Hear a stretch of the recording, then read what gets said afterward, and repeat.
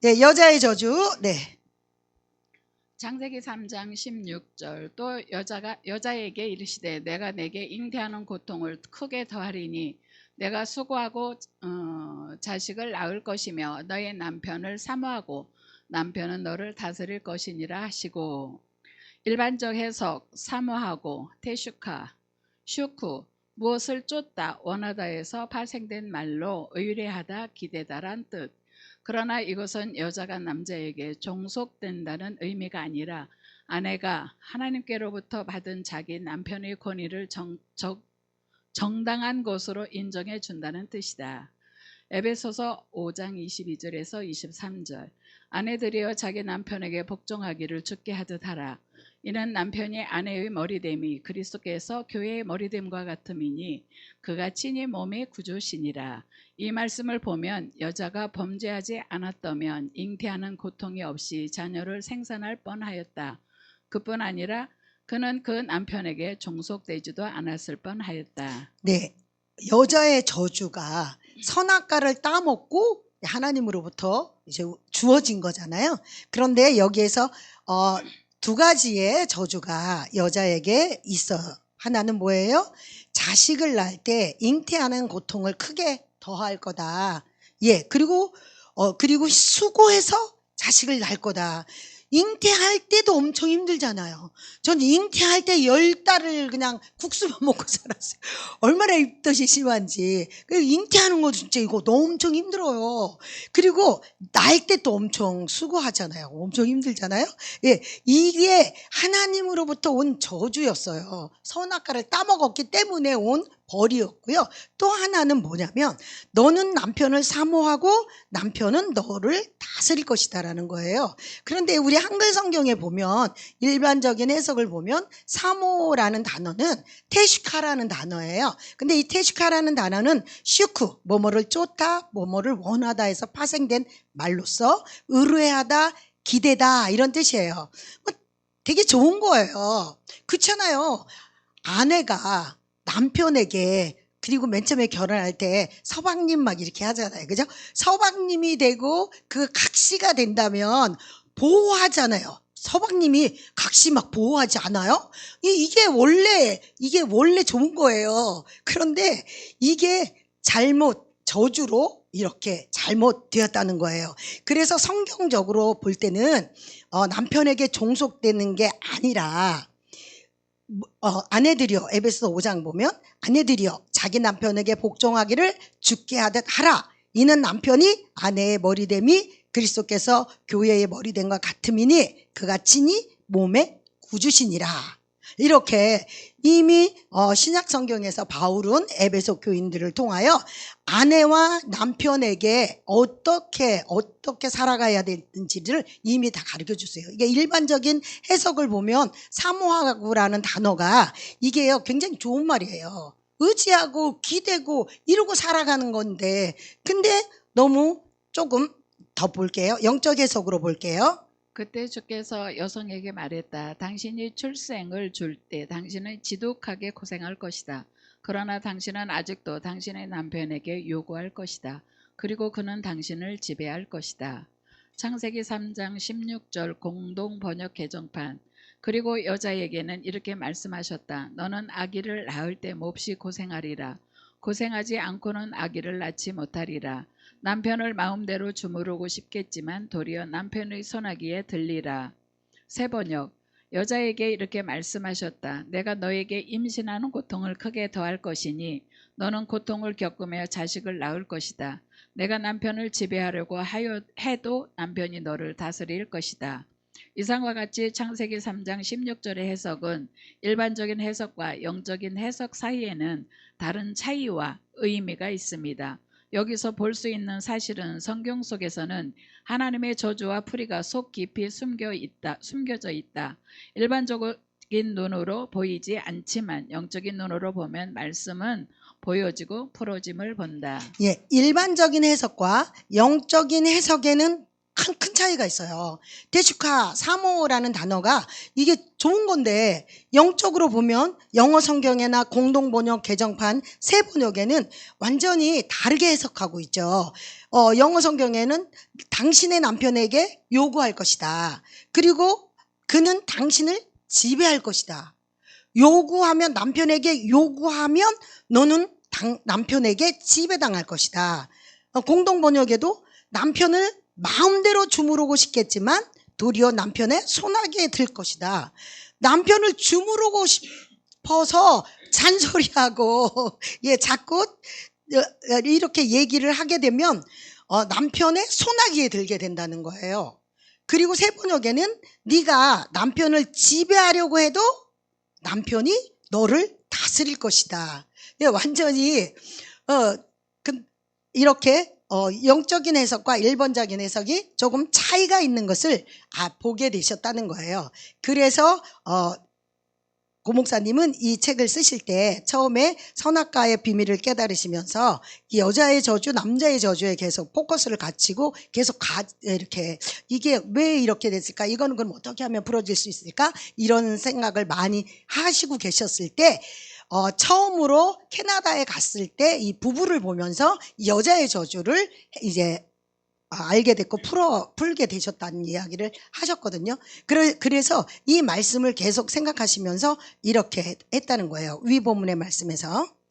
사모하다는 말씀은 개역 한글에서 의뢰하다, 기대다란 해석으로 뜻이 전달되었지만 영어 성경과 공동 번역 개정판 그리고 새 번역에서는 사모하다라는 뜻을 요구하다, 주무르고 싶다, 지배하려 한다의 뜻으로 해석하고 있습니다. 위의 두 가지 해석과 번역 사이에는 다른 뜻을 가지고 있음을 볼 수 있습니다. 본문 내용에서 나온 말씀처럼 하나님이 선악과를 따먹고 에덴에서 추방당하는 하와에게 잉태하는 고통과 남편을 사모하며 남편의 다스림을 받을 것이라는 저주를 내리셨다. 이 저주의 현재의 많은 여성들에게 결혼 후 남편과의 관계에서 하와의 저주가 그대로 나타나고 있음을 볼 수 있습니다. 그래서 여자들은 결혼해서 아이를 낳고 고통과 남편에게 다스림을 받는 저주에서 고통을 당하고 있습니다. 성경의 말씀은 창조시 에덴에서부터 지금까지 정확하게 그대로 적용됨을 볼 수 있습니다. 그렇다면 이 고통에서 벗어날 수 있는 방법은 없을까?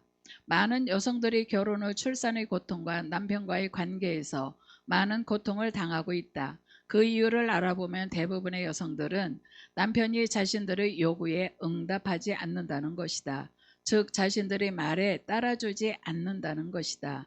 그래서 속상하고 그것 때문에 싸움이 끝날 줄 모르고 고통 속에서 살아가고 있으며 지금 남편과의 결혼 생활을 만족하는 여성들의 극소수임을 볼 수 있다. 네, 이게 영어 성경과 공동 번역 개정판 그리고 새 번역에서 번역하고 있는 이 말씀을 우리가 좀 더 자세히 잘 볼 수 있으면 왜 저주인가, 이것이 왜 저주인가를 알 수 있는 거예요.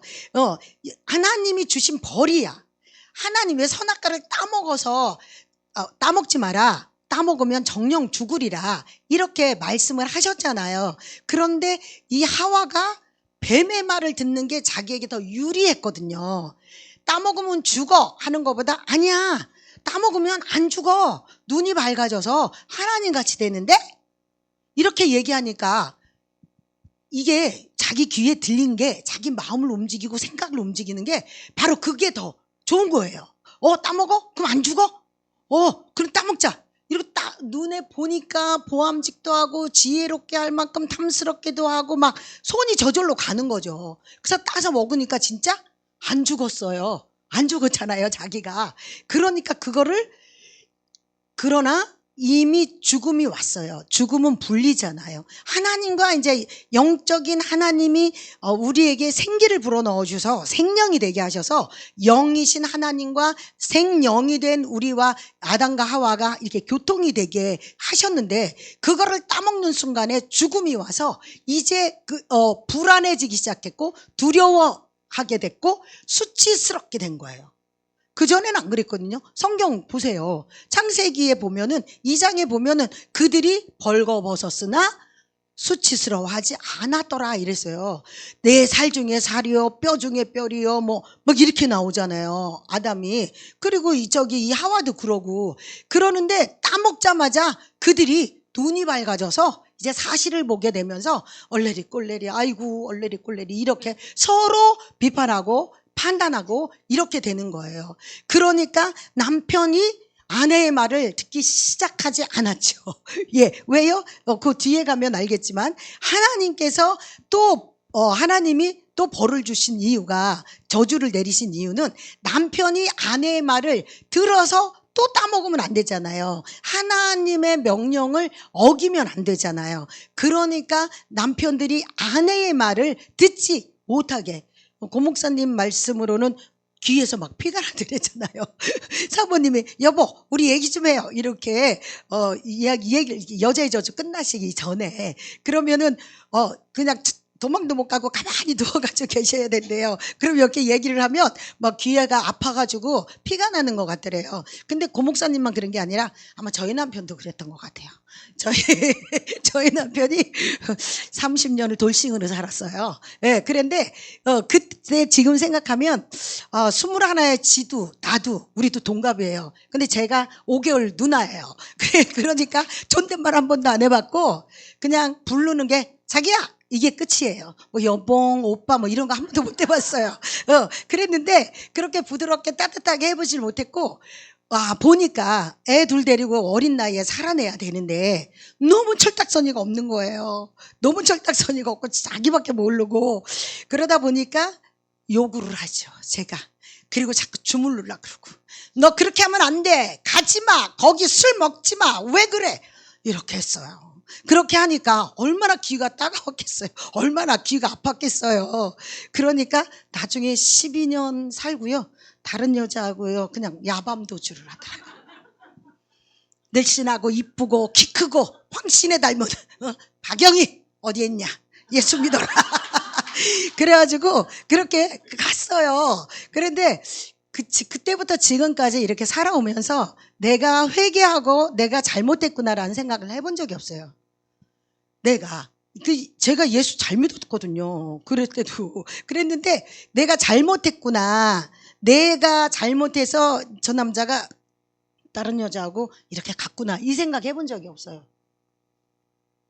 고 목사님 만나고 24강을 하면서 여자의 저주를 하다 보니까 이거 내 잘못이네. 우리 시어머니가 권사님이세요. 근데 우리 권사님이 이렇게 얘기하더라고요. 응? 남자가 바람나는 건 여자가 잘못해서 그렇다. 네가 잘못해서 그렇지. 여기 동네에 이렇게 소문이 난 게 뭐였냐면 혜미 엄마는 나 하나님한테 미쳐가지고 남편 뺏겼어. 이렇게 온 동네에 소문이 그렇게 났거든요. 그 아시죠? 얼마나 그렇게 했는지. 그러니까 우리 시어머니가 너무 교회에 빠져가지고 네 남편이 그랬다는 거죠. 권사님이신데. 그래서 그렇게 하면서 그랬구나. 그랬는데도 몰랐어요. 시어머니가 믿고 집 나간 남편이 믿고 그랬지. 같이 나간 그 여자가 믿고 이랬지. 내가 잘못했다는 생각은 나 못했어요. 그런데 이 여자의 저주를 보면서 내가 얼마나 큰 잘못을 했는지, 얼마나 큰 죄를 내가 졌는지, 그래서 우리 아이들에게 얼마나 정말 압이 없는 그 길을 지금까지 살아온 아이들의 삶을 생각을 해보면 너무 잘못했더라고요, 제가요. 그래서 이 여자의 저주를 어떤 분들이 그래요. 저를 아는 분들이. 아니, 한 목사님은 여자의 저주를 할 자격이 있어? 뭐 이래요. 내가 자격이 더 많아. 나 그런 거 못했으니까 여러분들은 그렇게 하지 말라고 나 이렇게 말해. 전 세계 어디 강의하러 다닐 때도 저가 이거 하거든요. 그렇게 얘기를 해요. 그리고 부부 세미나도 하거든요. 그러는데 그렇게 얘기를 해줄 수 있는 사람은 나밖에 없잖아. 이렇게 얘기를 하거든요. 왜요? 내가 경험을 해보니까 그게 아니더라는 걸 내가 이걸 보면서 알았다는 거예요. 그러니까 이거를요, 24강 여자의 저주를 듣기 시작한 저와 여러분들, 우리 모두는요, 얼마나 복된 사람들인지 몰라요. 진짜 복 중에 복이에요. 진짜 행복한 가정을요, 여기서부터 시작할 수 있다니까요. 예, 이제 넘어갑시다. 그렇다면 왜 현재의 여성들은 남편에게 요구하는 일을 통해서 고통받고 있을까? 남편들은 아내의 요구를 들어주면 좋겠는데 왜 그들의 아내의 말을 들어주지 않는 것일까? 2009년 2월 캐나다 밴쿠버 화이트락에서 만난 집사님 부부가 있었다. 그분들은 이곳에서 일식집을 운영하고 있었다. 어느 날 저녁 식사 초대를 받고 그곳에 방문하게 되었다. 저녁 식사 대접을 맛있게 받은 후 집사님들과의 대화 도중 남편 집사님께서 이렇게 말씀하셨다. 본인이 교회에 나오게 된 동기를 말하면서 전에는 아내가 날 사랑하지 않고 미워하는 것 같았는데 어느 날 자신을 사랑하는구나라고 느껴지게 되었다는 것이다. 그런 후 아내가 그렇게 교회를 가자고 했어도 가고 싶지 않던 교회가 아내의 사랑을 느낀 후 자신도 모르게 발걸음이 교회를 향하고 있었다고 했다. 난 그 집사님의 아내에게 물어보았다. 어떻게 했기에 남편이 그렇게 자신을 사랑하는구나라고 느끼게 할 수 있느냐고 질문했다. 그때 아내 집사님은 이렇게 말했다. 어느 날 남편을 보니까 이상하게 불쌍해 보이더라는 것이며 나와 함께 하기 위해서 가족들과 고향을 떠나 이곳까지 함께한 남편이 애처로워 보였다는 것이다. 그때부터 남편에게 이런저런 요구하는 것을 멈추고 남편에게 잘해주었다는 것이다. 그러자 남편이 그날로 교회를 나오기 시작했고 부부 관계도 회복되었다고 했다. 전 이 대화에서 남편과 아내의 관계 속에 머물고 있는 저주가 풀리는 비밀을 깨닫게 되었습니다. 아내들은 남편에게 끝없이 요구합니다. 그러나 그때마다 남편들은 그 요구에 응하지 않고 아내들을 지배하려고 합니다. 네, 캐나다에서 이 여자의 저주의 키를 찾아낸 이 아름다운 부부. 이 부부의 이 예화를 보면서 난 진짜 이렇게 못했구나. 이게 또 깨달은 게 뭐냐면 남편이 그렇게 교회를 가자고 그래도 교회를 안 갔잖아요. 그런데 교회를 갑자기 가고 싶어 마음이 들은 게 아내의 사랑을 느낀 후였대요. 아내의 사랑을 느낀 후 자신도 모르게 발걸음이 교회로 향했대요. 그래서 목사님이 그 아내 집사님에게 물었대요. 어떻게 그렇게 사랑을 느낄 수 있게 했냐라고 얘기했을 때 어느 날 남편을 보니까 이상하게 불쌍해 보이더라는 것이었습니다. 긍휼히 여기는 마음이 생긴 거예요. 남편이 긍휼히 여기기 시작하게 될 때, 그리고 남편의 뒷모습이 불쌍하게 보이고 정말 저 짠해 보이고 저 작은 저 위축된 저 어깨 쫙 폈으면 좋겠다. 혹시 이런 마음이 들기 시작하면 긍휼히 여기기 시작하는 거예요. 그런데 그렇게 긍휼히 여기기 시작하게 되면 공감까지 가야 돼요. 여기에 보면 고향을 떠나, 여기에 보니까 나와 함께 맨 60페이지 마태 보면 나와 함께 하기 위해서 가족들과 고향을 떠나 이곳까지 함께한 남편이 애처로워 보였다는 것입니다. 그 남편이 한국을 떠나서 모든 가족을 그만두고 자기 하나를 위하여 캐나다에 와서 일식집을 하고 있는 거잖아요. 돈을 벌어 먹여 살리려고 그렇게 애쓰는 그 남편의 그 마음이 느껴진 거예요. 마음과 마음이 느껴져서 공감하기 시작하게 된 거예요. 짝사랑은 아름다운 열매가 안 나오잖아요. 긍휼히 여기는 것만 갖고도 안 되더라고요. 내가 우리 정재철 내가 진짜 그런 불쌍히 여기고 21의 아빠가 되는 게, 그 지아비가 되는 게 얼마나 힘들었겠냐. 내가 너 참 불쌍하다 이렇게 생각하기 시작하고, 그 다음에 그래 너도 힘들지만 나도 힘들다, 우리 같이 힘드니까 같이 살아보자, 이렇게 마음과 마음을 이렇게 공감했다면 이러진 않았을 것 같아요. 그러니까 긍휼히 여기는 그런 불쌍히 여기는 마음에서부터 이렇게 공감까지 가서 서로 마음과 마음이 부부가 하나 되기 시작할 때 진짜 아름다운 사랑이 거기에서부터 나오는 거예요. 그래서 그러자 남편이 그날로 교회를 나오기 시작했고 부부 관계도 회복되었다고 했다.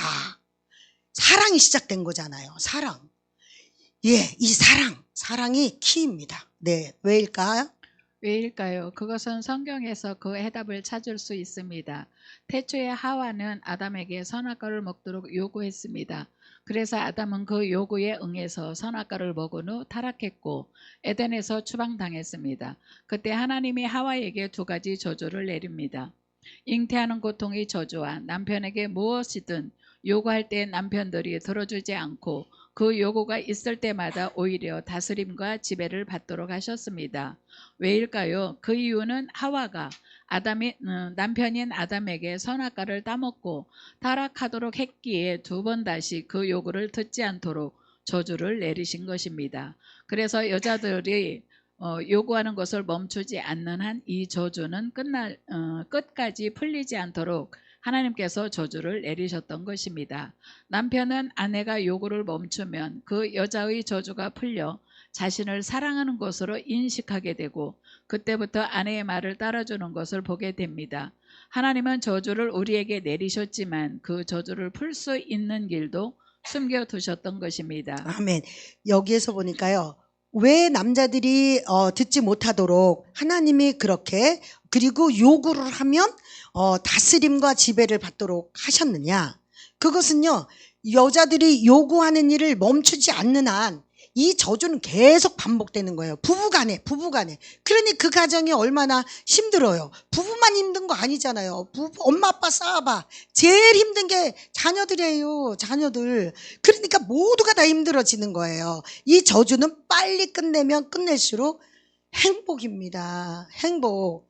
예. 그래서 그 저주를 요구하는 것을 멈추면 바로 그 저주가 풀려서 이제 그 서로가 사랑하는 아름다운 가정이 될 수 있습니다.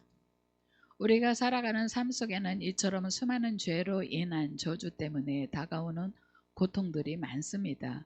이 저주를 풀기 위해 하나님께 구하고 찾아 나갈 때 성경과 우리의 일상생활 속에서 그 해답을 주시리라 생각됩니다. 또한 우리가 저주를 풀 수 있는 열쇠는 사랑임을 볼 수 있습니다. 사랑은 모든 저주를 열 수 있는 열쇠입니다. 아멘. 사랑은 모든 저주를 풀 수 있는 열쇠입니다. 이 사랑도요. 추상적인 사랑 안 돼요. 립서비스로 하는 사랑 안 돼요. 알더라니까요. 제가요 또 요래도요 또 애교가 있을 때 또 애교가 있어요. 막내라. 아우 그래 왜 그래 오늘 막 이렇게도 했어요. 내가 해봤다니까요.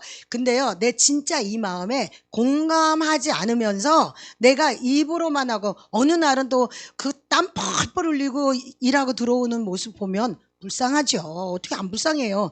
불쌍해서 긍휼히 여기는 마음도 생겨요. 근데 거기까지는 안 되는 거예요.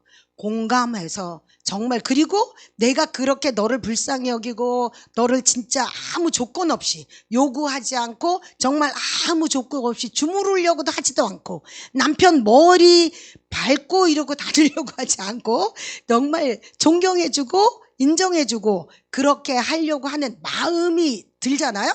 그럼 그 진심한 마음에서 그 상대편에서도 그렇게 피드백이 와요.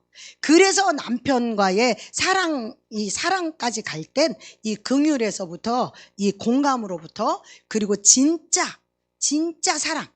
우리 하나님 사랑하잖아요. 네, 하나님 사랑한다고 저 엄청 고백하고 그러거든요. 근데 얼마 전에 하나님이 제게 어떤 마음을 주셨냐면 너 나 사랑하니 이런 마음을 주시는 거예요. 근데 가만히 있다가 나 사랑하는데 나 하나님 아니면 난 살 수가 없는데 여태까지도 그랬는데요. 막 이렇게 하는데 내가 24시간 가운데 하나님을 생각하는 시간이 1시간도 안 되더라고요. 그런데 진짜 사랑은 24시간을 생각하잖아요. 상대를. 진짜 연애할 때 정말 보고 헤어졌는데 집에 가도 또 생각나잖아요. 그게 진짜 사랑이지 않아요? 하나님을 사랑하는 데 있어서 그렇게 사랑을 해야 된다라는 그런 마음을 제게 주시더라고요. 그래서 그런 거를 생각하면서 아 그래 이 여자의 저주를 끝낼 수 있는 키는 사랑인데 이 사랑도 그냥 정말 내가 저 사람에게 도움을 받아야 하니까 내가 사랑한다고 해줘야지 인정해줘야지가 아니라 정말 마음에서부터 진실하게 충성되이 변하지 않는 이런 마음으로 나아갈 때 정말 아름다운 부부, 행복한 부부가 되겠구나 이런 생각을 해봤습니다. 네, 감사합니다.